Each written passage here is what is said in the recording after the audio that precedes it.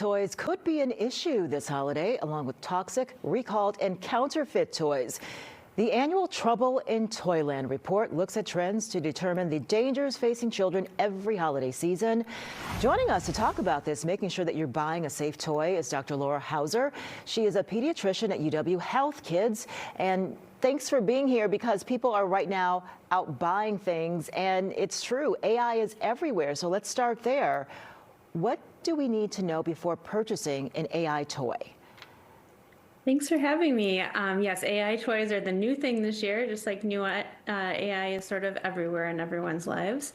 And the thing to know is that because these are new, there's not a lot of safety and regulations yet. And so there's concerns that these toys may interact with children in unsafe ways, like talking about sexually explicit content or teaching them how to do things that are not age appropriate. So there's a feature that parents should know about, or anyone who's gifting a child. It's a what is it called? A co-play option that you should also make sure that that is on? Yeah, so ideally, just like in other types of risky behaviors like online interaction, being with a child and interacting with the toy with the parent is really important. So being present when your child is playing with these toys and exploring the toy, or maybe even exploring the toy before your child has it, to make sure that you're comfortable with what it does. Such a good idea. So let's talk about how to shop smart. The first thing, and this kind of goes into that, is check the age recommendation on the packaging.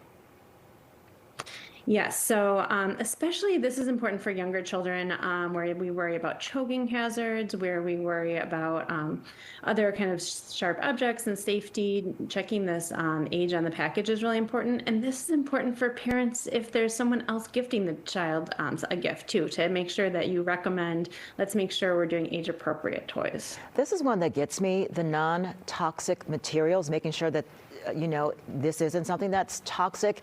I know California has very strict environmental rules. So you'll see sometimes on the packaging, it's okay in Wisconsin, but it's not okay in California. How do you advise a parent to interpret that? Yes, I think I mostly focus on things that are safe and produced or regulated within the United States. Okay. So things that are tested and like the Consumer Product Safety Commission has approved generally will be safe in terms of not having elevated levels of lead or phthalates or other things that can be really unsafe for children, especially with long-term exposure. And so you talk about consumer protection. They actually stamp things that they have tested and that they know are safe. And you should look for that CPSC stamp on the product, or ASTM. Yes, either of those are safe. It's much trickier when you're buying something made in another country because they may not have the same safety regulations, and so that's where it's riskier. I've heard, and I know that people have heard about magnets, being very careful with that, because if maybe not the child that you're buying for, that child may be, okay to play with magnets, but if there's another child in the house that's younger, that's at that teething stage where they're putting everything in their mouths, probably maybe not introduce that into the household.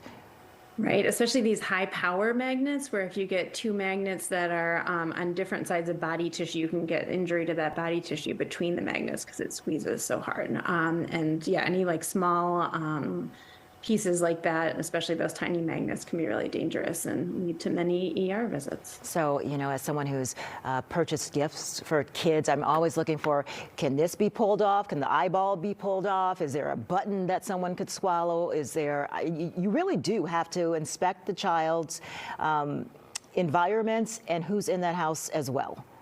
You're right. Thinking about younger children in the household is really important when you're thinking about these toys. When you look back, doctor, are you amazed at the toys that we played with and that we lived? That it was a paddle and it was a string and a ball.